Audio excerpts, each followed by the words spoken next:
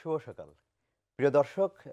২১-এর বিশেষ আয়োজন smart Bangladesh বিনির্মাণের budget ২০২৪-২৫ এই অনুষ্ঠানে স্বাগত জানাচ্ছি আমি সৈয়দ আতিয়ার রহমান সবুজ। হ্যাঁ, আমরা আমার এই জানেন যে গতকালকে জাতীয় সংসদে মাননীয় অর্থমন্ত্রী ৭,৯৭,০০০ কোটি টাকার একটা বড় বাজেট উপস্থাপন করেছেন।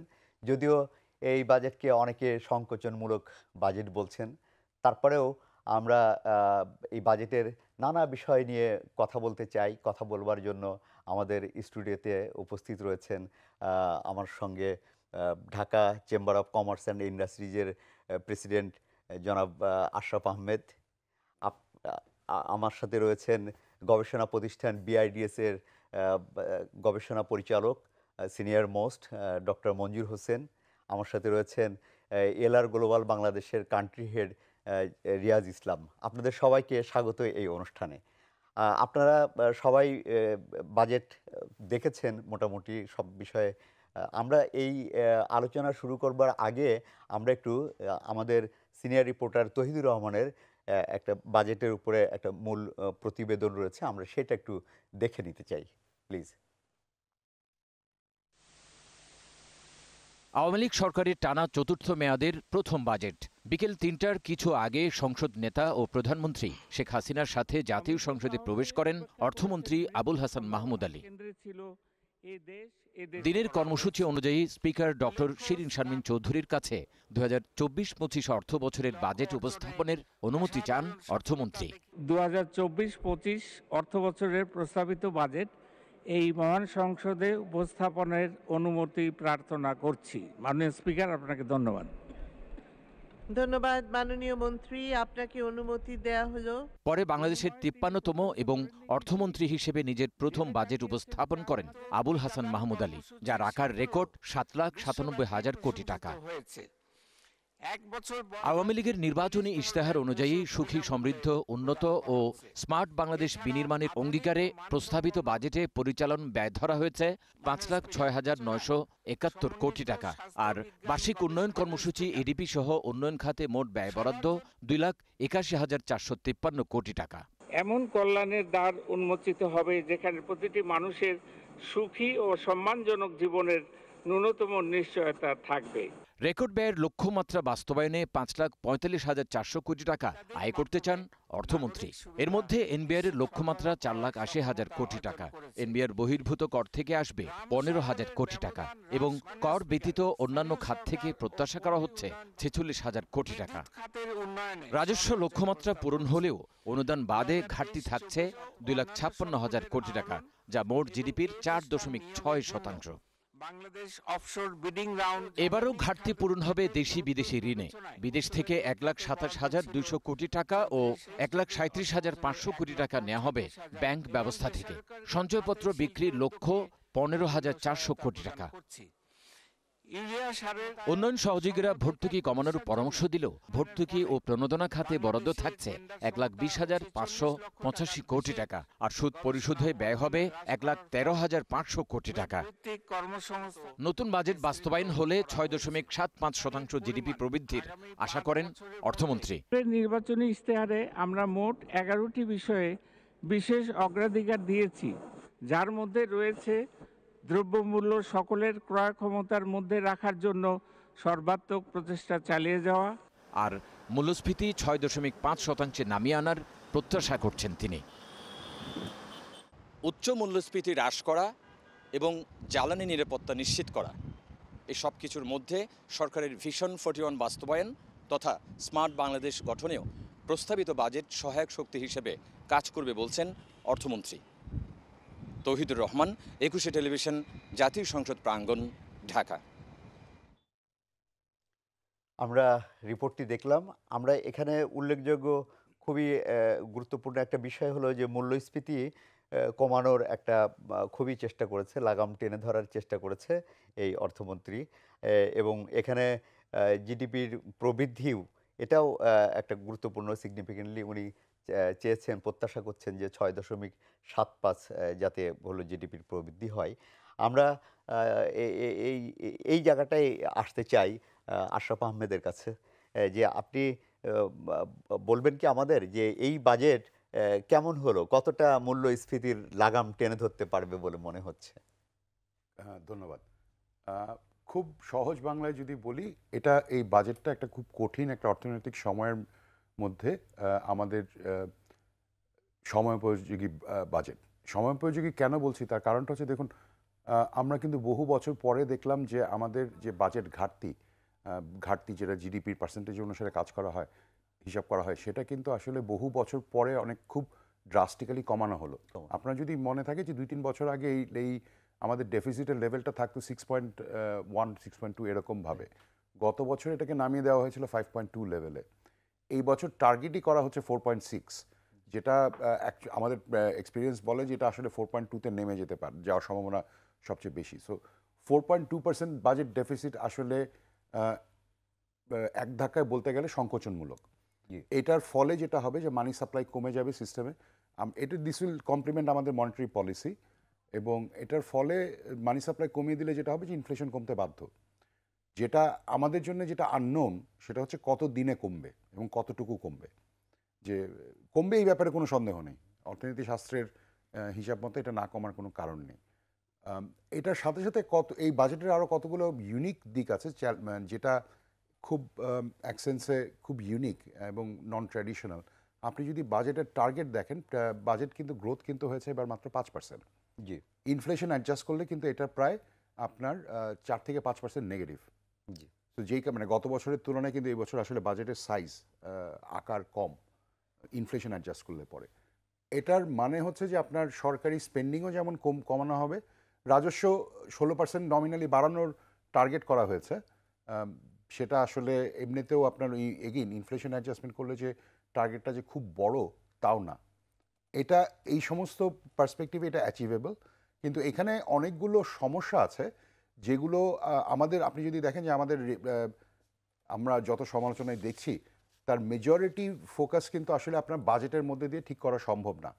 জি। যেমন ধরুন যে এনবিআরের আপনার কিভাবে কর্মপরিকল্পনা চেঞ্জ করতে হবে, এটা কিন্তু বাজেটে 2টো প্যারাগ্রাফ আছে, কিন্তু এটার যে পিছনে যে একটা বিশাল কর্মপরিকল্পনা আছে এবং এটা ইমপ্লিমেন্ট করতে হবে, সেটা কিন্তু সেই ডিসকাশনের জায়গা কিন্তু বাজেট না। আবার একই সাথে বাজেটের সাথে সাথে যেটা মনে রাখতে হবে যে আমাদের যে মেজর সংকটগুলো, যে ডলারের সাপ্লাই, আমাদের যে ইনফ্লেশন, যে ইন্টারেস্ট রেটের ইস্যু, এগুলোর কন্ট্রোল মেকানিজম কিন্তু বাজেট না। এগুলোর কন্ট্রোল মেকানিজম হচ্ছে মনিটারি পলিসি, যেটা আমরা আশা করছি আবার জুলাই মাসে আবার আসবে। হ্যাঁ, আর এদিক থেকে বাজেটের এই আঙ্গিকে আমি বলবো যে ডিরেকশনালি এটা একটা ট্রেন্ড চেঞ্জ, যেই ট্রেন্ডে আমরা বাজেট আগাচ্ছিল তার থেকে কিন্তু এটা মোটামুটি সরে এসছে। ডেফিসিট কন্ট্রোল, আপনার বাজেট গ্রোথ, এই দুটো ব্যাপারে। আর আমরা যেই জিনিসটা নিয়ে আরেকটু এনকারেজ ফিল করছি, মাননীয় অর্থমন্ত্রী কিন্তু আমাদের গত 2-3 মাস ধরেই বলছেন যে উনি আসলে একটু ব্যবসা বান্ধব বাজেট করতে চান। জি। এই লক্ষ্যে ওনারা যেটা করেছেন যে আপনার মোটামুটি শুল্ক এবং করের হার কোথাওই খুব একটা বাড়ানো হয়নি। জি। আপনি যদি দেখেন যে যেগুলো বাড়ানো হয়েছে সেগুলো 1-2% কিংবা খুব নমিনালি ইনক্রিজ করা হয়েছে, কিন্তু আপনার রেভিনিউ গ্রোথের টার্গেটটা আসলে আসছে করজাল বৃদ্ধির মাধ্যমে। করদাতা সংখ্যা বাড়িয়ে চেষ্টা করা হচ্ছে, এটা আমাদের জন্য একটা ভালো সংবাদ। কিন্তু বাজেট পরবর্তী যেই জিনিসটা আমাদেরকে একটু ভোগাবে, সেটা হচ্ছে যে যদি দেখেন আপনি যে ব্যাংক ব্যবস্থা থেকে ঋণ নেওয়ার টার্গেট সেটা প্রায় 1,37,000 কোটি টাকা। জি। এটা কিন্তু কনটেক্সটে বলি যে আমাদের বছরে ফিক্সড ডিপোজিটের গ্রোথ হয়, মানে টোটাল ব্যাংকিং সিস্টেমে ডিপোজিটের গ্রোথ হয় 1,70,000 কোটি টাকার মতো লেভেলে। জি। তার অধিকাংশ যদি সরকারের কাছে চলে যায়, জি। তাহলে ব্যক্তি খাতের জন্য একটা ক্রাউডিং আউট এফেক্ট পড়বে। এখানে একটা কম্পেনসেটিং ফ্যাক্টর আছে যে বাজেটেড ইন্টারেস্ট রিপেমেন্ট, যেটা আবার ওই ব্যাংকিং খাতের কাছেই আসবে, অ্যাবাউট 1,07,000 কোটি টাকার মতন আছে। সো নেট যদি মাত্র 30,000 কোটি টাকা যদি আপনার ব্যাংকিং সেক্টর থেকে বড়োইং গ্রোথ হয়, সেটা আমরা মনে করি সাস্টেনেবল হবে। জি। আচ্ছা, উনি একরকমের বললেন যে বাজেটটা খুব ব্যবসায়ী বান্ধব হয়েছে বলে মনে হয়। রিয়াজ ইসলাম, আপনি কিভাবে দেখেন? যে আমি রিপিট করতে চাই না, বাট এসেনশিয়ালি যেটা মূল আমার অবজারভেশন, আমাদের যেই আপনার চ্যালেঞ্জগুলি আছে এখন, ইনফ্লেশন চ্যালেঞ্জ, ব্যাংকিং একটা, ক্যাপিটালাইজেশনের একটা সমস্যা, ডলারের শর্টেজ, সো সব কিছু চিন্তা করে আমার মনে হয় যে ওভারঅল বাজেটটা এর থেকে ভালো করা সম্ভব ছিল না। এক, দুই হচ্ছে আমরা তো সবসময় চাই, প্রত্যাশা থাকে, আমি আপনার ইনভেস্টমেন্ট সাইড থেকে আসি, এখানে কিছু ইস্যু আমি দেখি।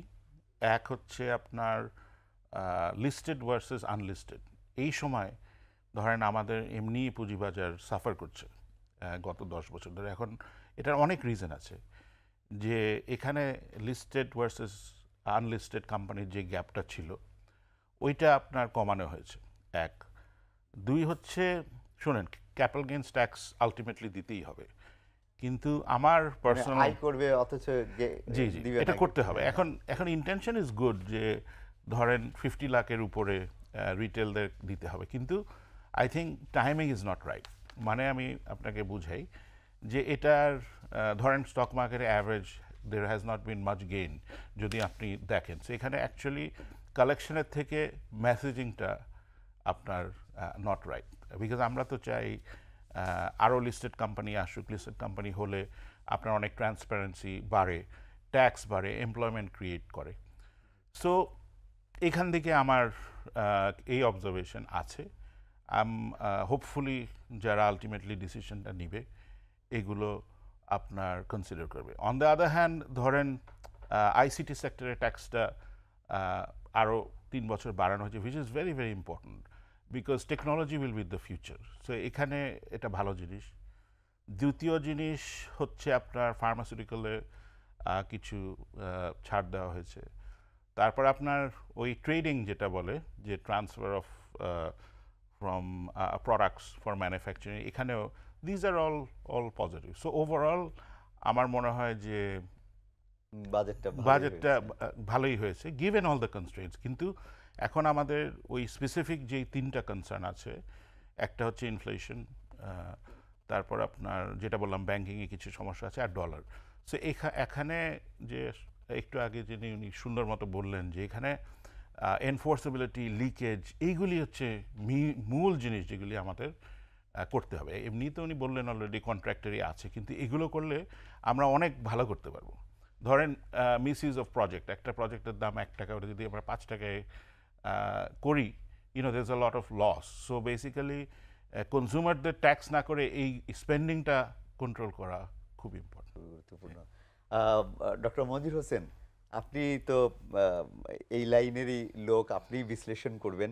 সারা পৃথিবী যেখানে এখন একটা খুবই ক্রাইসিসের মধ্যে দিয়ে চলছে, বলা যায় যে অর্থনৈতিক এক রকমের মন্দার মধ্যে দিয়ে চলছে, আমাদের দেশও ডলার সংকট থেকে শুরু করে নানাভাবে এগুলো হচ্ছে।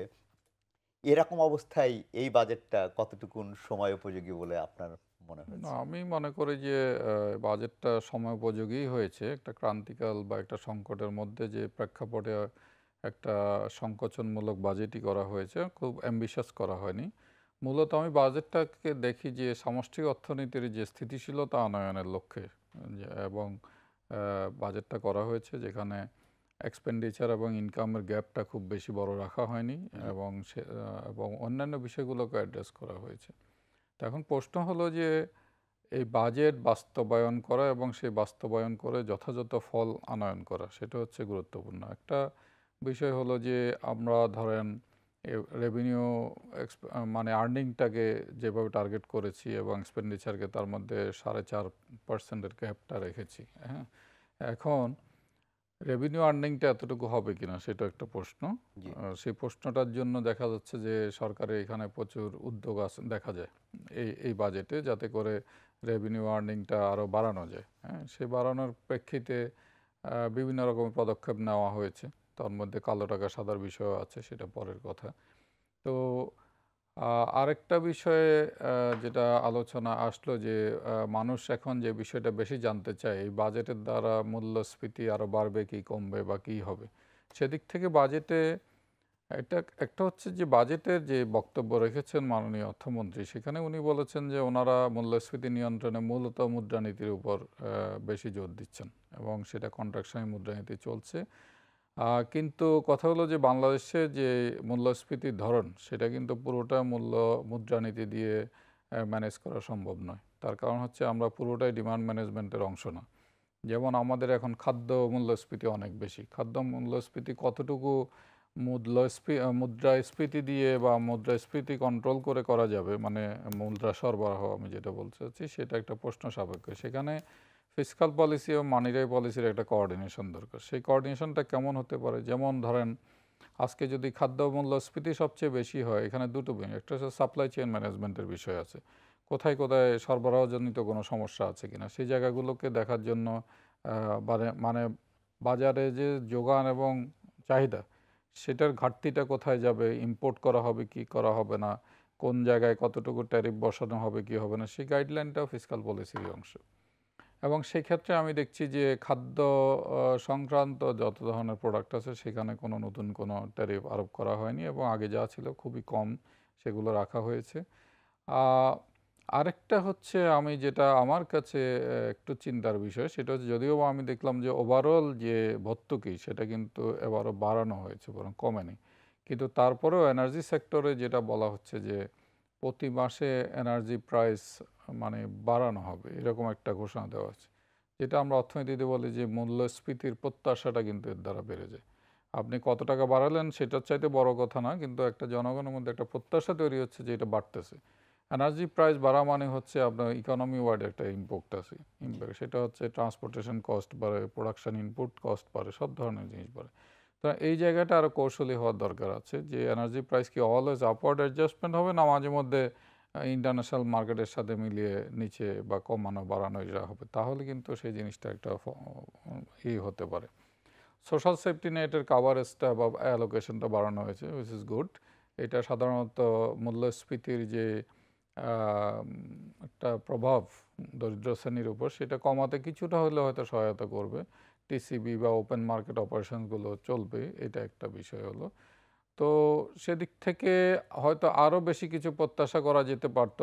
আমার কাছে মূলত বাজেটটাকে মনে হচ্ছিল যে যেমন এটা একটা আমরা স্থিতিশীলতা আনয়নের জন্য বাজেটটা সাইজটা কমিয়েছি, কিন্তু কথা হলো আমাদের মূল লক্ষ্য হচ্ছে 2030 সাল নাগাদ মধ্যম আয়ের দিকে যাওয়া। সেই জায়গায় যেতে হলে আমরা এই বছরটাকে আমরা বাজেটটাকে আমরা খুব বেশি বাড়াইনি এক্সপেন্ডিচারটা, সেখানে ডেভেলপমেন্ট এক্সপেন্ডিচারও কমেছে সব মিলে আগের তুলনায়। কিন্তু এর অর্থ এই না যে আমরা একটা লো ইকুইলিব্রিয়াম গ্রোথ ট্র্যাপে পড়ে যাব, সেটা যেন না হয়। সেটাও না হতে হলে আমাদের বিনিয়োগ বাড়াতে হবে, আমাদের অন্যান্য যেসব কারণে গ্রোথটা বাড়ে সেই জায়গাগুলোকে মনোযোগ দিতে হবে।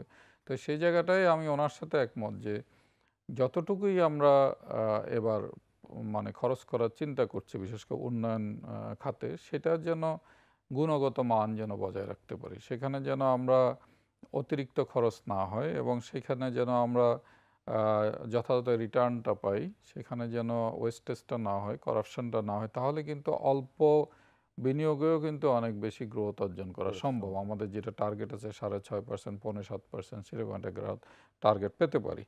তো এইভাবে আমরা বাজেটটাকে দেখতে পারি যে আমাদের এই সময়টাতে আমরা খুব বেশি এক্সপান্ড করলাম না গিভেন ডিফারেন্ট সিনারিওস, যেহেতু আমাদের বিভিন্ন জায়গায় অস্থিতিশীলতা আছে, কিন্তু অ্যাট দ্য সেম টাইম আমরা যেন এটাকে আগের মতো বাস্তবায়নের মতো করে না করি, কারণ এই সময়টা আরও বেশি মনোযোগ দেওয়া উচিত যাতে কোয়ালিটি বাস্তবায়নটা করা যায়। ডক্টর মঞ্জুর হোসেন কিন্তু একটা খুবই গুরুত্বপূর্ণ কথা বলেছেন। আমরা সবসময় দেখি যে বাজেট মানে প্রস্তাবনা আসলেই অন্য যারা সরকারের বাইরে থাকে তারা বলে যে গরিব মারার বাজেট। উনি কিন্তু সুন্দর করে বললেন যে সোশ্যাল সেফটি নেটের পরিধি যেহেতু বাড়ছে, অর্থাৎ গরিবদের জন্য একটা ভালো সুযোগ সুবিধা। আশরাফ ভাই, আপনি কিভাবে বিষয়টাকে? অবশ্যই আপনি যদি দেখেন যে আমাদের যে সোশ্যাল সেফটি নেটের ইনভেস্টমেন্ট সেটা কিন্তু বাড়ানো হয়েছে। জি। এবং আরেকটা জিনিস বলি যে দেখুন, ব্যাপক জনগণের কাছে অর্থ সরবরাহ না থাকলে ইনফ্লেশন সম্ভব না। রাইট। কারণ যতই আমরা কস্ট পুশ ইনফ্লেশনের কথা বলি না কেন, যে কোনো জিনিসের দাম বাড়লে ডিমান্ড কমে যায়, সেটার কিন্তু কোনো লক্ষণ আমরা দেখছি না। এবং আপনি যদি দেখেন যে আমাদের এটা একটু লং পার্সপেক্টিভে দেখতে হয়, যে আপনি যদি দেখেন আমাদের এখন ইনফ্লেশনের একটা বড় ড্রাইভার হচ্ছে আপনার প্রাণীজাত প্রোটিনগুলো, আপনার মাছ, মাংস, ডেইরি এবং ক্যাটল এবং ফিশ ফিড ইন্ডাস্ট্রিজ।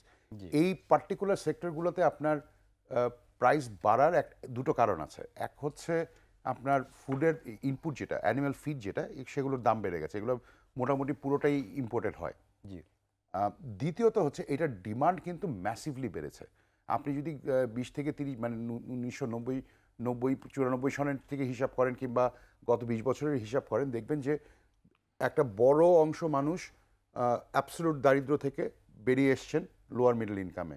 একটা বড় অংশ মানুষ লোয়ার মিডল ইনকাম থেকে একটু মিডল ইনকাম গ্রুপের দিকে চলে এসছেন। এটার ফলে যেটা হয়, একটা ডিমান্ডে একটা ট্রানজিশন হয়। যেমন আপনার যে খুব সিম্পলি বলি যে আপনার প্রাণীজাত প্রোটিন যেহেতু দাম বেশি, আপনার মানুষের যদি দারিদ্র্যের যারা চরম দারিদ্র্যের ভিতরে থাকেন তারা কিন্তু অধিকাংশ সময় এটা পারেন না অ্যাফোর্ড করতে। যেটা আপনি যদি 1990 সনের কথা চিন্তা করেন, বাংলাদেশের 50% মানুষ একবেলা বেশি খেতে পারতেন না। এটা হচ্ছে রিয়ালিটি। কারণ 1990 সনে আমাদের পভার্টি রেশিও যখন আমরা ক্যালকুলেট করি যে যেটা আপনার ডেইলি ক্যালোরি ইনটেক দিয়ে, সেই সংখ্যাটা কিন্তু প্রায় 50 ভাগের কাছাকাছি ছিল।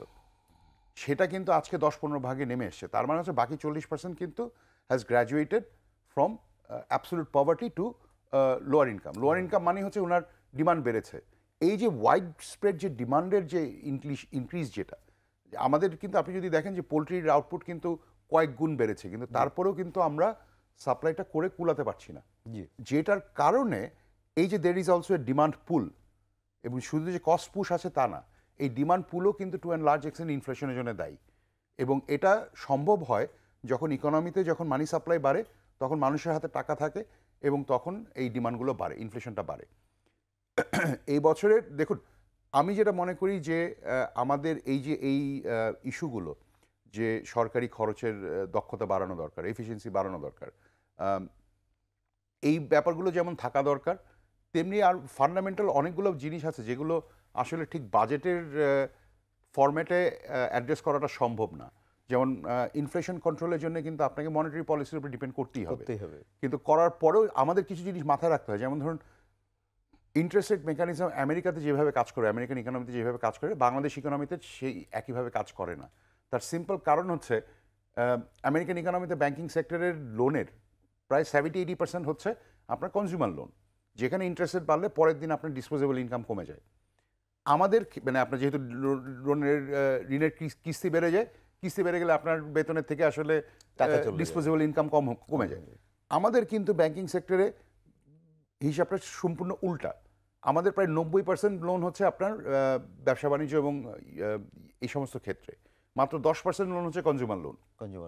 ফলে দেখা যায় যে আমাদের যখন ইন্টারেস্ট রেট বাড়ানো হচ্ছে, তখন আসলে ওই 10%-এর কারণে ডিসপোজেবল ইনকাম যে কমছে না তা না, কমছে, খুব কম একটা অংশ কমছে, কিন্তু তার থেকে অনেক বড় ইম্প্যাক্ট পড়ছে যে আপনার যেহেতু ওয়ার্কিং ক্যাপিটালের লোন বেড়ে যাচ্ছে, খরচ বেড়ে যাচ্ছে, তখন একটা সাপ্লাই উপরে একটা প্রেশার ক্রিয়েট হয়। কারণ খরচ বেড়ে গেলে তখন আপনার সাপ্লাই কার্ভটাকে উপরের দিকে নিয়ে যেতে হয় আর কি। এই আমাদের নিজস্ব ইউনিকনেস আছে, সেটা মাথায় রাখতে হবে। কিন্তু একই সাথে এটাও তো ঠিক যে যেটা অর্থশাস্ত্রের বাইরে, তো আসলে বাংলাদেশ ইকোনমি যে unknown to the rest of the world তা তো না, রাইট? সেম মেকানিজমস, হ্যাঁ, বাট আপনার কিভাবে কোনটা কাজ করবে এটা চেঞ্জ হয়। আচ্ছা, রিয়াজ ইসলাম, আপনার কাছে যদি আমি খুব সংক্ষেপে একটু জানি যে উনি যেভাবে বলতেছিলেন যে কতটা ব্যবসা বান্ধব হলো বলে আপনার মনে হলো? জেনারেলি আপনার আই উড সে এটা বিজনেস ফ্রেন্ডলি। যে আমি ক্যাপিটাল মার্কেটসের বাদে জেনারেলি বললাম, কিছু কিছু সেক্টরকে অবভিয়াসলি আপনার প্রায়োরিটি দেওয়া হয়েছে।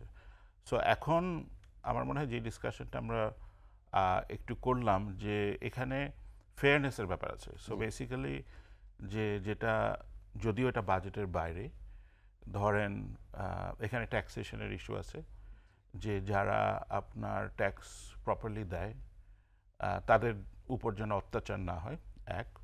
দুই হচ্ছে আমার পার্সোনাল ভিউ যে কালো টাকা সাদা করার একটা যেটা থাকে সবসময়, এটা ট্রু ইম্প্যাক্টটা আমাদের মেজার করতে হবে। সেকেন্ডে এটা যদি আমরা প্রপারলি দেই, আমাদের এনশোর করতে হবে যে এই টাকাটা প্রোডাক্টিভ সেক্টরে যায় আর লং টার্মের জন্য যায়। আর আমার আরেকটা ছোট কিছু ছিল ওই আপনার সেফটি নেটের কথা যখন বলা হয়, আমি দেখতে যাচ্ছিলাম ধরেন education sector, health care sector as a percent of GDP of budget, এই সেফটি নেট এবং হলো কালো টাকা নিয়ে আমরা কথা বলবো। আমরা একটা ছোট্ট বিরতি থেকে ফিরে আসি। হ্যাঁ, প্রিয় দর্শক, আপনারা দেখছিলেন এই স্মার্ট বাংলাদেশ বিনির্মাণের বাজেট এই অনুষ্ঠানটি। জানিয়ে রাখি, অনুষ্ঠানটি স্পন্সর করেছেন দেশবন্ধু গ্রুপ এবং এলআর গ্লোবাল। আমরা অনুষ্ঠানের বাকি অংশ দেখব একটা ছোট্ট বিরতি থেকে ফিরে এসে।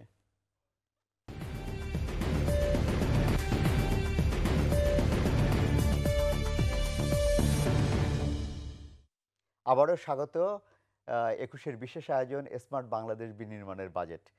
দর্শক, আমরা কথা বলছিলাম আমাদের অতিথিদের সাথে কালো টাকা, তারপরে বাজেটের অন্যান্য দিক নিয়ে কথা বলছিলাম। রিয়াজ ইসলাম কথা বলছিলেন। হ্যাঁ, আমরা এই আলোচনা করব। তার আগে আমাদের ব্যবসায়ীদের শীর্ষ সংগঠন এফবিসিসিআই তারা একটা তাৎক্ষণিক প্রতিক্রিয়া ব্যক্ত করেছেন।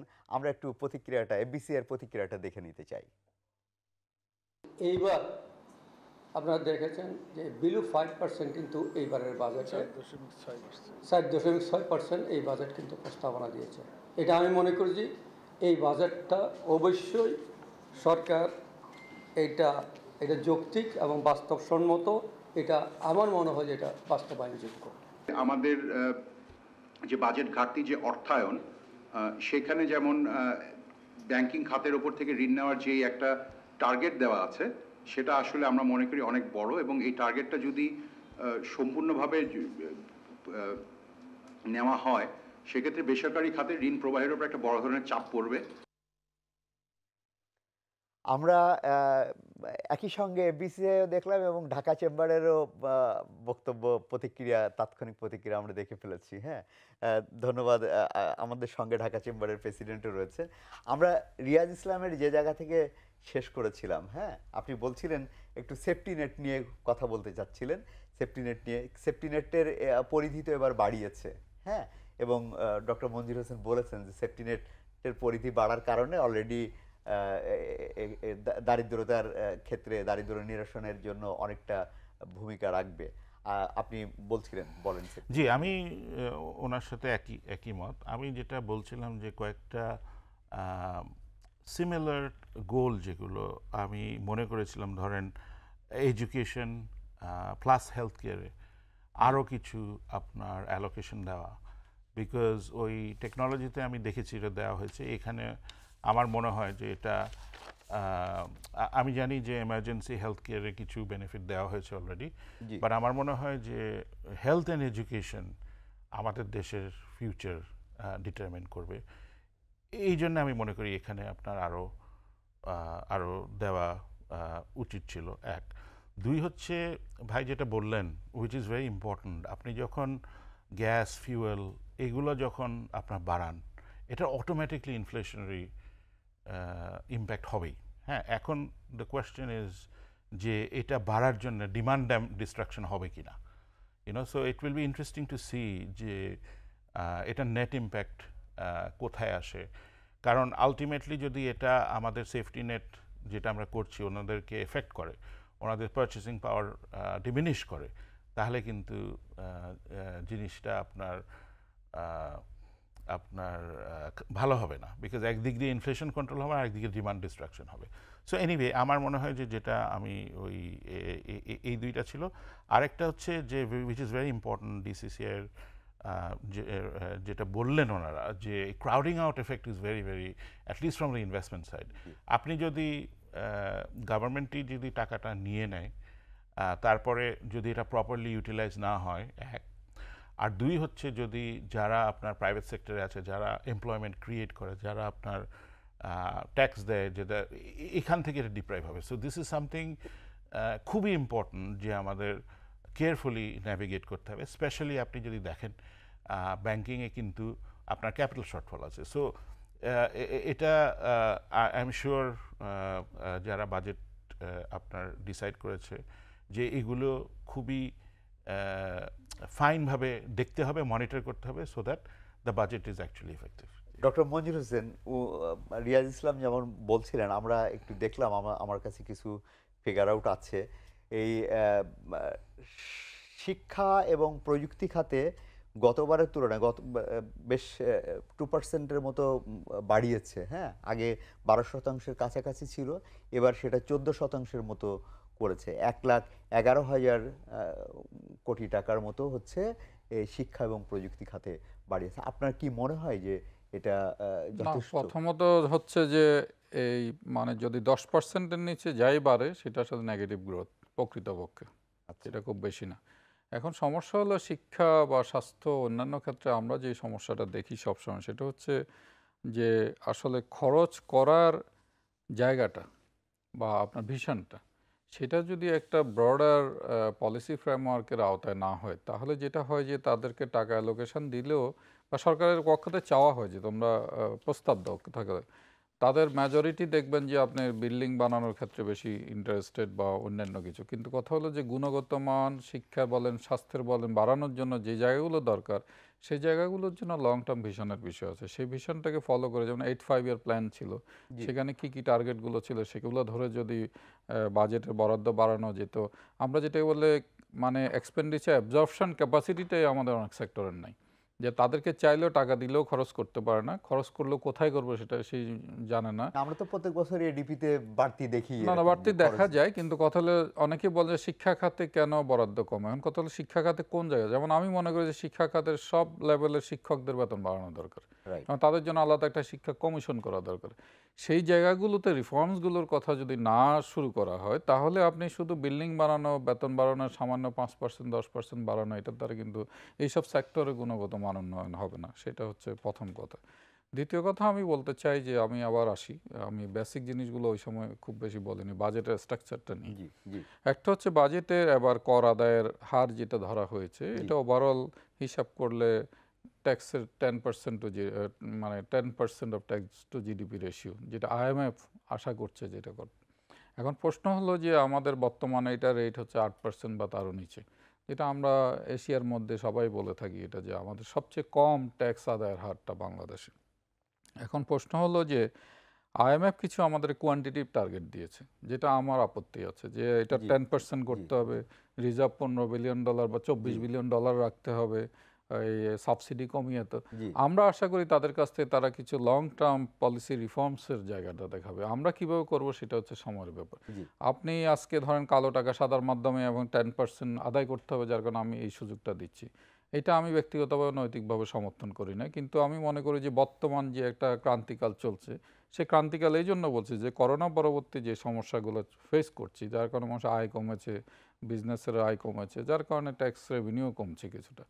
এখন কথা হলো এই অবস্থায় যখন আমি ট্যাক্স বেশি আদায় করতে যাই, তখন আমাকে কিছু আনকনভেনশনাল ওয়েতে যেতে হবে। কিন্তু কালো টাকা সেই কথাটা আমি বলছি, দিলে কি খুব বেশি? না, আমি সেই কথাটা বলছি যে আমি নৈতিকভাবে সমর্থন করি না, কিন্তু এই ধরনের একটা সংকটকালীন মুহূর্তে যেহেতু আর IMF এর যেহেতু আমার একটা টার্গেট দেওয়া আছে, যেহেতু IMF, সেই জন্য আমি যত ধরনের অপশানগুলো আছে তার মধ্যে একটা এই ধরনের অপশানকেও আমি নিয়েছি, এবং এটাকে মানে অসমর্থন করার খুব বেশি কিছু নাই। কিন্তু আমার কাছে প্রশ্নটা অন্য জায়গায়। আমার প্রশ্ন হলো যে কালো টাকা বা অপ্রদর্শিত আয় ট্যাক্স নেটের বাইরে থাকবে কেন?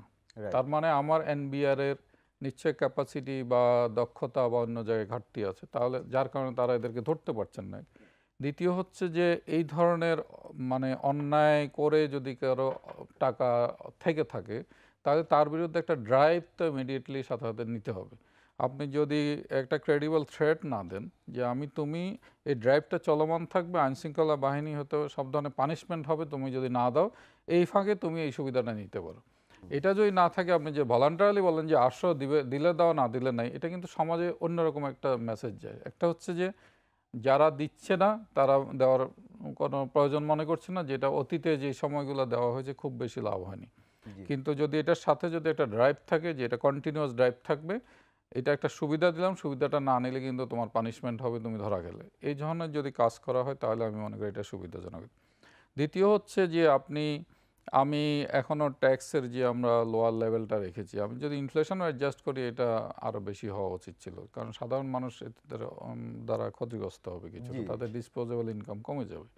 তাহলে আমরা এখন চাপে পড়ে হোক, আমাদের ফিসকাল স্পেসটা বাড়ানোর জন্য হোক, আমরা কিন্তু 10% অফ জিডিপি ট্যাক্সের অনুপাত করার জন্য আমরা বিভিন্নভাবে, আমরা বলি লো হ্যাঙ্গিং ফ্রুটস, যত জায়গা আছে যারা দিচ্ছে তাদেরকে আরও চেপে ধরছি, হ্যাঁ এটা করি, কিন্তু এটা দিয়ে আমরা খুব বেশি দূর যেতে পারবো না। আমি সেই জন্যই বলি যে এটা উনি একটু আগে বলছিলেন যে বাজেটের সব আলোচনা হয় না, কিন্তু বাজেট হচ্ছে দেশের একটা অর্থনৈতিক উন্নয়নের একটা ভিশন। আমরা তো আসলে এটা দিয়েই বুঝি যে আসলে কি হচ্ছে না হচ্ছে, সেইখানে আলোচনাগুলো থাকতে পারতো, কিভাবে করবেন, ইমপ্লিমেন্টেশন করবেন সেটা বিভিন্ন এজেন্সি আছে সরকারের করবে, রাজনৈতিক সদিচ্ছার ব্যাপার আছে, কিন্তু আমি ট্যাক্স অ্যাডমিনিস্ট্রেশনকে কোথায় দেখতে চাই সেই আলোচনাটা, যেহেতু সরকার এটা প্রথম বাজেট, আগামী নেক্সট 5 ইয়ার্সের জন্য একটা টোন সেট করার জায়গা ছিল, সেই জায়গাটা আমি মিসিং দেখতে পাচ্ছি। সেটা হলে যেটা হতো যে আমি না 10% বড় কথা না, আমাদের আসলে 15%-এ যেতে হবে। তাহলে এইভাবে তো আমি টিপে 15%-এ যেতে পারবো না জোরাজোরি করে, আমাকে ট্যাক্স নেট বাড়াতে হবে, আমাকে আরও এরিয়া আইডেন্টিফাই করতে হবে, আমাকে ট্যাক্স ইভেশনটা কীভাবে, সেই জন্য ট্যাক্সের আমরা সবসময় বলে আসছি যে ট্যাক্স অপারেশন এবং পলিসিকে আলাদা করে যদি আলাদা সিস্টেম করা হয়, রিসার্চ সেল করা হয় এবং তারা যদি অন্যদের সহযোগিতা নেন তাহলে হতে পারে, হয়তো কিছুটা উন্নতি হতে পারে। আমরা সবসময় বলি যে ধরেন ট্যাক্সের ইনসিডেন্সটা কি, আপনি আজকে একটা ট্যাক্স বসালেন, এটার ফল পজিটিভ হবে না, ইমিডিয়েটলি হয়তো কিছু আয় বাড়লো, ট্যাক্স ইনকাম বাড়লো, কিন্তু আলটিমেটলি নেগেটিভ ইম্প্যাক্টটা অনেক বেশি হয়ে গেল অর্থনীতিতে, বিনিয়োগকারীরা বিনিয়োগ উৎসাহ হারাই ফেললেন, ওভারঅল দেখা গেল যে আসলে ট্যাক্স ওভারঅল কমে গেছে। তাহলে এই জিনিসগুলো অ্যানালিসিস করার মতো একটা জায়গা, এনবিআরকে সাপোর্ট দেওয়ার মতো জায়গাটা দরকার, সেই ধরনের কাজগুলো করা। এবং আরও যদি কোনো রকম শুধু ডিজিটালাইজেশন দ্বারা যে আমাদের ট্যাক্স বেড়ে যাবে আমি এটা মনে করি না, আসলে মানুষের অ্যাটিটিউড, মেন্টালিটি এবং এনফোর্সমেন্ট, যে রেগুলেটরি এনফোর্সমেন্ট, এটা যদি না থাকে, আপনি ডিজিটালাইজেশন করেন আর যাই করেন, ট্যাক্স খুব বেশি বাড়বে না, 14-15% করে প্রতি বছর বাড়ছে, ওইটাই বাড়ছে, যারা দিচ্ছে তারাই দিচ্ছে, আর যারা দিচ্ছে না তারা এখনও দিচ্ছে না। আর আপনি একটা সমাজে একটা বৈষম্য তৈরি করছেন এই সেন্সে যে যাদের কালো টাকা আছে তারা দাও, দিলে 15% করে দিতে পারবে, না দিলে কি হবে সেই মেসেজটা নাই। সো আমার ক্যারট এবং স্টিক দুটোই থাকতে হবে, আমি তোমাকে একটা সুবিধা দিচ্ছি বাট না নিলে কিন্তু তোমার বিরুদ্ধে ব্যবস্থা নেওয়া হবে। আমি সোজাসুজি এই কথাটা বলতে চাই। যে আশরাফ আহমেদ, আপনি যদি বলতেন আমাদের একটু সংক্ষেপে যে কি করে করের আওতা বাড়ানো যায়। আমরা কিন্তু মানে প্রত্যেকবারই শুনি যে করের আওতা বাড়ানো দরকার, করের আওতা বাড়ানো দরকার, কিন্তু ওই যে জেরি দেন তার উপরেই বেশি আরোপিত হচ্ছে, করের আওতা কিন্তু বাড়ছে না। জি, আমি আচ্ছা একটু কারেক্ট করি আমাদের নিজেদেরকে। এনবিআরের আপনি যদি আয়করের ক্ষেত্রে দেখেন, আয়করের করদাতার সংখ্যা 20-22 লাখ থেকে 44 লাখ 45 লাখ লেভেলে চলে এসছে। জি, এটা কিন্তু দ্বিগুণ হয়েছে। জি তা হয়েছে। সেই সংখ্যাটা আসলে 12 কোটি অ্যাডাল্টের দেশে আসলে এই সংখ্যাটা হয়তো বা 2-2.5 কোটি হওয়া উচিত। সো সেই ক্ষেত্রে আর মাত্র 44 লাখ, কিন্তু আমরা way short of the target. Right. তো এইটাকে যদি একটু বোঝার চেষ্টা করি যে আমরা কেন লোয়ার, একটা কারণ হচ্ছে যে আমাদের কোথাওই আসলে যেমন ধরেন ট্যাক্স দিয়েছি কি দেইনি এই হিসাবটা করার দরকারই পড়তো না। এখন নতুন করে যে আপনার যে পিএসআর ম্যান্ডেটরি করা হচ্ছে, যে বিভিন্ন সরকারি সেবার জন্যে, ইভেন আপনি পিএসআর ছাড়া আপনি জমিও কিনতে পারবেন না, এই জাতীয় জিনিসগুলোর ফলে যেটা হবে যে মানুষ আসলে ট্যাক্স রিটার্ন ফাইল করতে বাধ্য হবে। এই বাধ্যবাধকতাটা যদি আরও, এক নম্বর হচ্ছে এটা আপনাকে বাড়াতে হলে তাহলে মানে এমন একটা সিনারিওতে নিয়ে যেতে হবে জিনিসটাকে যে আপনি ট্যাক্স রিটার্ন ফাইল না করলে আপনি অপারেট করতে পারবেন না। তো এইটাকে একটা পয়েন্টে নিয়ে যেতে হবে। তারপরে যে জিনিসটা করতে হবে, এটার পরে যে সবাই খালি ব্ল্যাঙ্ক রিটার্ন ফাইল করে দিলে তো কাজ হলো না, আপনাকে ইকোনমিকে ইনফর্মাল থেকে ফর্মালাইজেশন করতে হবে। যে এখন কি হয় যে আমাদের মোট ইকোনমির ইভেন আমরা যে আমাদের $464 বিলিয়ন জিডিপির কথা বলি, আমাদের কিন্তু এটার সবচেয়ে বড় অংশটা আসলে ইনফর্মাল ইকোনমি। জি, কিরকম ইনফর্মাল? এই অর্থে যে দেখুন আমাদের প্রায় 1 কোটির মতন এসএমই আছে, যাদের কোনো ভ্যাট রেজিস্ট্রেশন নেই, যাদের কোনো ট্রেড লাইসেন্স নেই, যাদের কোনো টিন লাইসেন্স নেই। হ্যাঁ, এদের অনেকেই আসলে কর সীমার অনেক নিচে অপারেট করেন, কিন্তু তার মানে এই না যে যারা এটার উপরে অপারেট করেন, কর সীমার ভিতরে যারা অপারেট করেন, মানে ইন টার্মস অফ টার্নওভার কিংবা আর্নিং, তারাও কিন্তু আসলে ট্যাক্স নেটের ভিতরে নেই। এই জিনিসটাকে আসলে চেঞ্জ করতে হবে। আমরা এই বিষয় নিয়ে আবার কথা বলবো। আমাদের আরেকটা ছোট্ট বিরতির সময় হচ্ছে, আমরা বিরতি থেকে ফিরে। দর্শক দেখছিলেন ২১-এর বিশেষ আয়োজন স্মার্ট বাংলাদেশ বিনির্মাণের বাজেট, আর এটাকে স্পন্সর করেছেন দেশবন্ধু গ্রুপ এবং এলআর গ্লোবাল। আমরা এই আলোচনায় আবার ফিরবো ছোট্ট একটা বিরতি থেকে ফিরে।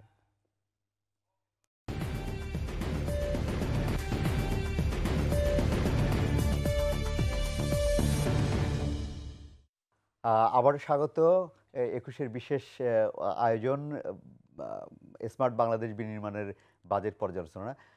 দর্শক, আমরা কথা বলছিলাম করের আওতা নিয়ে। আশরাফ ভাই, আপনি করের আওতা নিয়ে কথা বলছিলেন, হ্যাঁ, যদি একটু বলেন।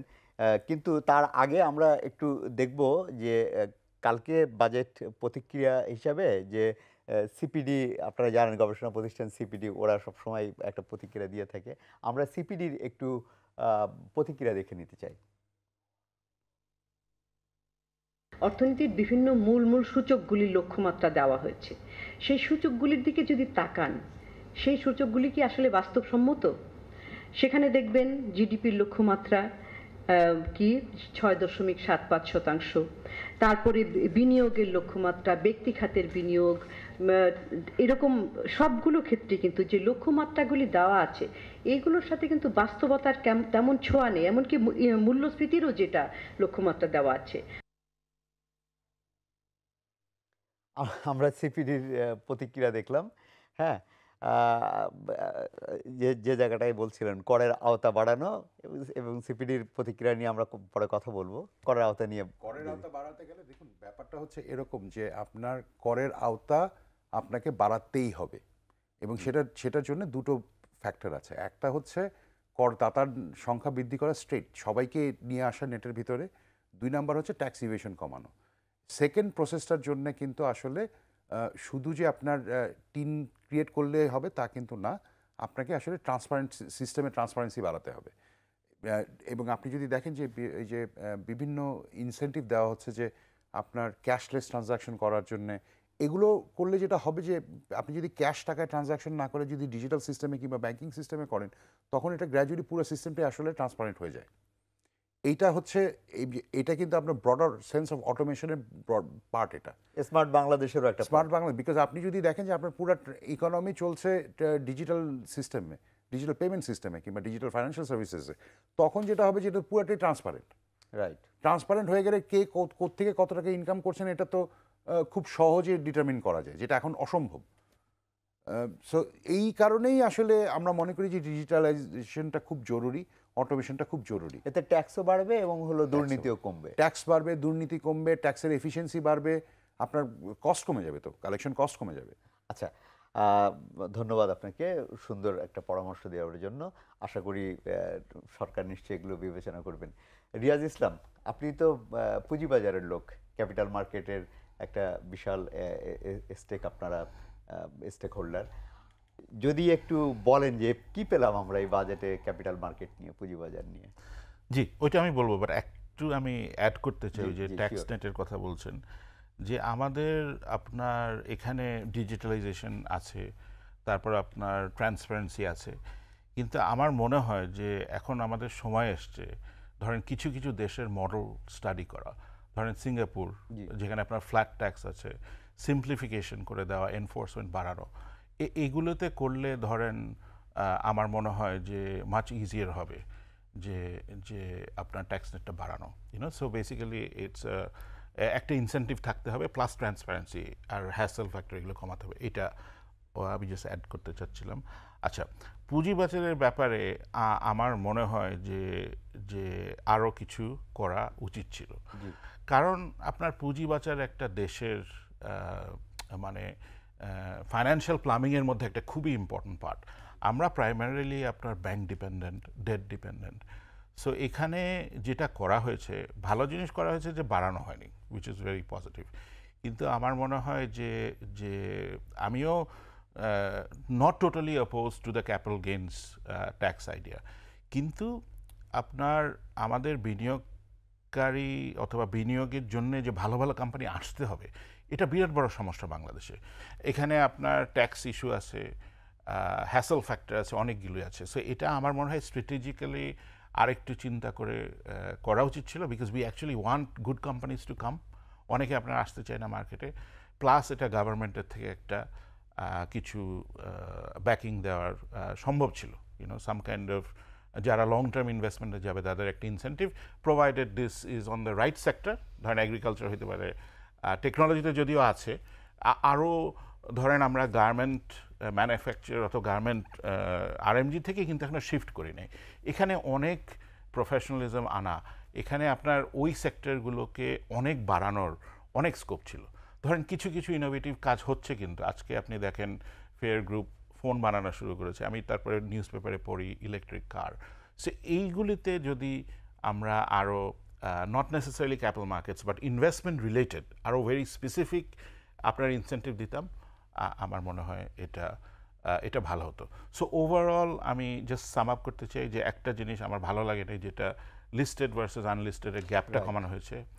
দুই হচ্ছে ক্যাপিটাল গেইনসটা আই থিঙ্ক ইটস জাস্টিফাইড। ধরেন এটা তো একটা শক থেরাপি হলো, এখন এটা যদি আস্তে আস্তে দেওয়া হতো, এখন the timing is not right, because আমাদের বাংলাদেশের সবচেয়ে বড় প্রবলেম এখানে আপনার বিনিয়োগই নাই, ভলিউম নাই। সো আমি এটা বলেই বলি একটা জিনিস, আপনি যদি দেখেন যে নাম্বার অফ এফেক্টেড পারসনস, এই যে 50 লাখ টাকা ক্যাপিটাল গেইনস ইন্ডিভিজুয়ালের উপরে ইম্পোজ করা হলো, আমার মনে হয় না এটা 0.15%-এর বেশি হবে। কেন আমি আপনাকে স্পেসিফিক্যালি বলে দিই, মার্কেটের অধিকাংশ ইনভেস্টর যারা ধরেন বড় ইনভেস্টর যারা, কারণ এখানে একটা 50 লাখ টাকার একটা মিনিমাম অ্যামাউন্ট আছে, তার নিচে গেলে আপনার ক্যাপিটাল গেইনসের কোনো হিসাব বিষয় নাই। তো 50 লাখ টাকার গেইন মানে হচ্ছে আপনার মোটামুটি বড় ইনভেস্টরের মধ্যে 90-95% হচ্ছে আসলে ইনস্টিটিউশনস, আপনার বিভিন্ন অ্যাসেট ম্যানেজার্স, ফান্ডস এটসেট্রা। বাকি যারা আছেন তাদের সংখ্যাও আপনি মানে 10 কোটি টাকার উপরে বিও অ্যাকাউন্টের ভ্যালু, এই সংখ্যাটা কয়েক হাজার, বেশি না। এবং আপনি যদি গত 1-2 বছরের এই বছরের ক্যাপিটাল গেইনস কারা করেছেন, আমি যদি এটা সংখ্যাটা যদি 100 হয় আমি খুব আশ্চর্য হব। হ্যাঁ, সো এই দিক থেকে আসলে ওই পার্সপেক্টিভ এটা আসলে খুব একটা রেলেভেন্ট নাম্বার না। সারা বছরই তো বাজার খারাপ ছিল, কিন্তু এখানে ইম্পর্টেন্ট জিনিসটা হচ্ছে যে সিগন্যালটা কি দিচ্ছি আমরা। জি, সিগন্যালটাকে আসলে মানে মার্কেটের এই অবস্থায় দুরবস্থায় যদি বলা হয় যে না আরও অ্যাডিশনাল ট্যাক্স ইম্পোজ করা হচ্ছে, রং সিগন্যাল আমি ওইভাবে চিন্তা করলে।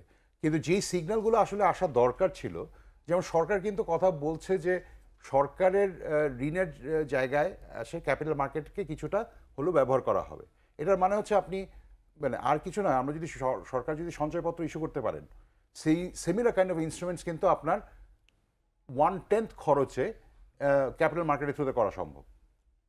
রাইট, মানে আপনি যদি ধরেন বিও অ্যাকাউন্টের থ্রুতে বন্ড ইস্যু করেন, তাহলে আপনার ওই যে সঞ্চয়পত্র প্রিন্ট করতে যে কাগজটা দরকার পড়ে ওই প্রিন্টিংয়ের খরচাটাও কিন্তু নেই। সো এরকমভাবে অনেক কিছু আছে যেগুলো আসলে আমরা জানি যে সরকার কনসিডার করছেন, কিন্তু এইগুলো সিগন্যাল হিসেবে, মার্কেট সিগন্যাল হিসেবে আসেনি।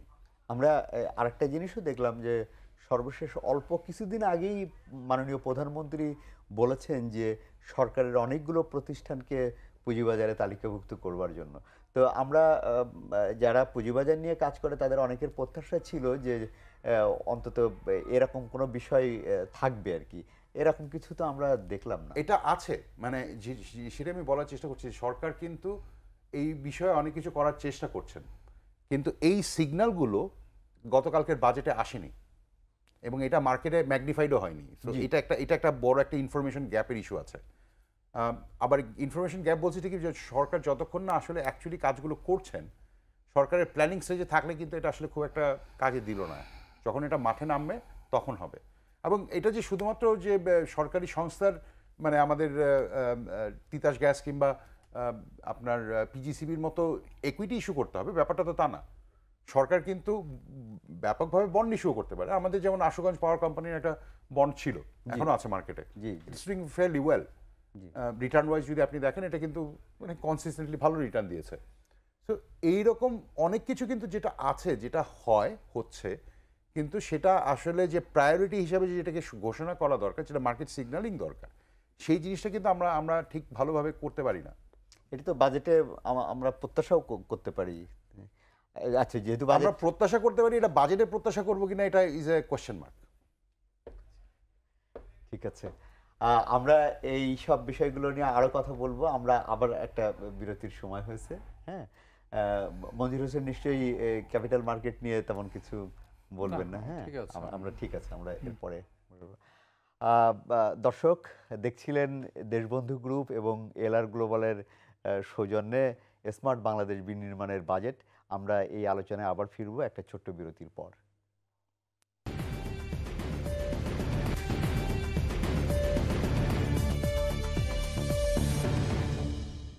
আবারও স্বাগত স্মার্ট বাংলাদেশ বিনির্মাণের বাজেট এই আলোচনা অনুষ্ঠানে। দর্শক, সুখী সমৃদ্ধি উন্নত ও স্মার্ট বাংলাদেশ বিনির্মাণের স্বপ্নযাত্রা নিয়ে এবারের বাজেট প্রণয়ন হয়েছে। এই সত্যিকার অর্থে কতটুকুন এই স্মার্ট বাংলাদেশ বিনির্মাণের সহায়ক হলো এই বাজেট, এই আলোচনা দিয়ে আমরা আজকের শেষ অংশটুক শেষ করতে চাই। আমরা শুরু করতে চাই রিয়াজ ইসলামের কাছ থেকে। আপনি যদি একটু বলেন যে এই স্মার্ট বাংলাদেশ বিনির্মাণে কতটুকুন সহায়ক হতে যাচ্ছে এই বাজেট? জি, আমার মনে হয় যদি ওভারঅল দেখি যে আপনার আইটি টেকনোলজি সার্ভিসেস সেক্টরে যে ট্যাক্সটা আপনার আবার এক্সটেন্ড করা হয়েছে, যেটা ভীষণ পজিটিভ। সো ওই দিক দিয়ে এটা ঠিক আছে। যদিও আপনার সেলফোন ইউজেজ এখানে আবার বাড়ানো হয়েছে। So I would seriously request যে যেখানে আপনার কমিউনিকেশন, টেলিকমিউনিকেশন, টেকনোলজি রিলেটেড এগুলো যদি রিকনসিডার করে আপনার লিমিট করা যায় অথবা কমানো যায়। প্লাস আমি যেটা আগে বলছিলাম যে টেকনোলজি রিলেটেড প্লাস আদার ইনভেস্টমেন্ট এরিয়াতে যেগুলো আপনার আমাদের আলটিমেট ডিজিটাল বাংলাদেশের গোলগুলি সার্ভ করে, আরও কিছু বেনিফিট কনসিডার করার জন্য। বাট ওভারঅল আই থিঙ্ক যেটা বলা হয়েছে অলরেডি যে আপনার কনস্ট্রেন্টের মধ্যে যা করা হয়েছে দিস ইজ প্র্যাকটিক্যাল, আর এটা ছাড়া খুব একটা অপশনও ছিল না। যেই লিমিটেশনের মধ্যে বাজেট ভালো হয়েছে। জি, আচ্ছা ডক্টর মঞ্জুর হোসেন, আমরা একটা জিনিস দেখলাম যে এইবারের বাজেটে কিন্তু মোবাইল সিমের দাম বেড়েছে, ইন্টারনেটে বা কথা বলার উপরে বেশি করে কর আরোপ করা হয়েছে। তাহলে এটা স্মার্ট বাংলাদেশের সাথে কি ঠিক? না, স্মার্ট বাংলাদেশের জন্য যে শুধু ডিজিটালাইজেশন এটাকে শুধুমাত্র স্মার্ট বাংলাদেশ বা স্মার্ট ইকোনমি হয়তো বলা যাবে না, এটা পার্ট অফ দি স্মার্টনেস। হ্যাঁ, তারপরেও আমরা আশা করি যে এই অ্যাক্সেসিবিলিটি বাড়ানোর জন্য অন্তত ইন্টারনেট ইউজ বা মোবাইল ইউজটাকে রেস্ট্রিক্ট না করাই ভালো। বিশেষ করে দরিদ্র শ্রেণীদের জন্য এটা কষ্টকর হয়ে যায়, সেই জায়গাটা মাথায় রাখা দরকার। এখন প্রশ্ন হলো যে এটা অ্যাক্রস দ্য বোর্ড সবার জন্য সমান, ধনী যেমন সমান তেমন দরিদ্রদের জন্য সমান, তাহলে তাদের জন্য আলাদা ইনসেন্টিভ প্যাকেজ বা ইনসেন্টিভ স্ট্রাকচার থাকা দরকার।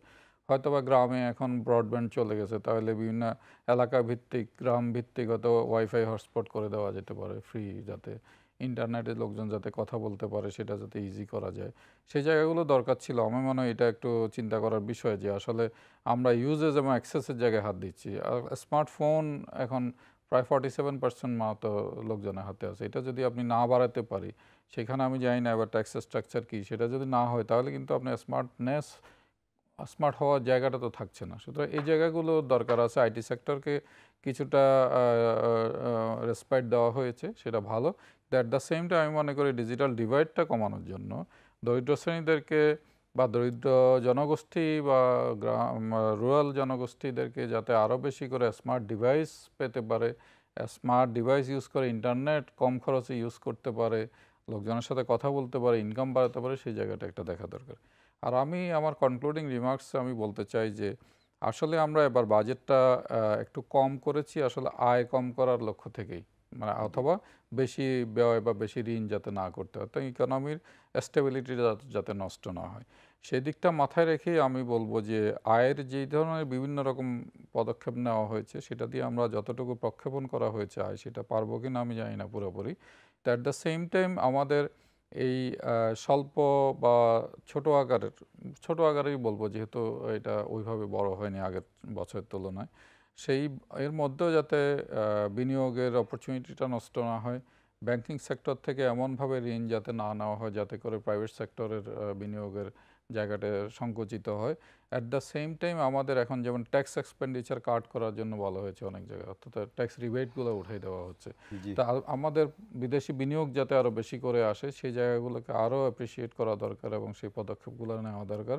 মোট কথা আমি বলতে চাই যে আমাদের যে গ্রোথ মোমেন্টামটা চলছিল করোনাকালীন সময় কিন্তু বাংলাদেশের গ্রোথটা বেশ ভালোই ছিল, 5%-এর উপরে, সেটা যেন কন্টিনিউ করে এবং আমরা যে 6.75 ধরেছি সেটা না পারলেও 6.5% বা 6-এর উপরে যদি যেতে পারি তাহলে ভবিষ্যতে আমি মনে করি একটা এর জন্য অর্থনীতির ম্যাক্রোইকোনমিক স্টেবিলিটিটা খুব দরকার। রিজার্ভ যাতে আমাদের আর না কমে যায়, যেসব জায়গায় সমস্যা আছে সেগুলো দেখা, অথবা রিজার্ভ বাড়ানোর জন্য সরকারের অন্যান্য পদক্ষেপগুলো জোরদার করা দরকার বলে আমি মনে করি। ধন্যবাদ আপনাকে।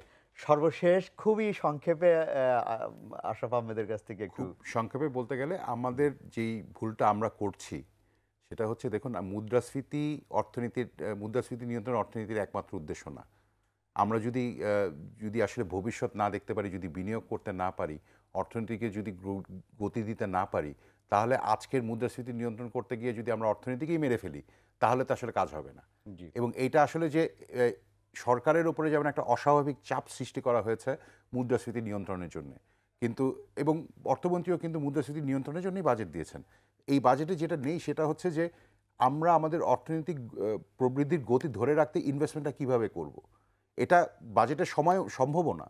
সরকারের ইনভেস্টমেন্টটা এখানে আছে, কিন্তু আমাদের জন্য তো সবচেয়ে বড় ব্যাপার হয়ে যাচ্ছে যে আমরা যদি বেসরকারি খাতের ইনভেস্টমেন্টের ইঞ্জিনটা যদি চালু রাখতে না পারি তাহলে তো আপনি আজকের মুদ্রাস্ফীতি নিয়ন্ত্রণ করতে পারবেন, কিন্তু আগামীকালকে আসলে কোনো প্রোডাকশন হবে কিনা এটা আমি জানি না। তো আজকের মুদ্রাস্ফীতি নিয়ন্ত্রণ করার জন্য আমাদের ফিউচার জলাঞ্জলি দেওয়ার কোনো দরকার আছে বলে আমি মনে করি না। আপনাকে অসংখ্য ধন্যবাদ আশরাফ আহমেদ। মঞ্জুর হোসেন, আপনাকেও অসংখ্য ধন্যবাদ। রিয়াজ ইসলাম, আবারও আপনাদেরকে সব ধন্যবাদ জানিয়ে আমাদের এই অনুষ্ঠান আজকের মতো শেষ করছি। আমরাও প্রত্যাশা করি সুখী, সমৃদ্ধ, উন্নত এবং স্মার্ট বাংলাদেশের স্বপ্নযাত্রার এই বাজেট সফল হোক, সেই প্রত্যাশা রেখে আজকের মতো শেষ করছি। সবাই 21-এর সঙ্গেই থাকবেন।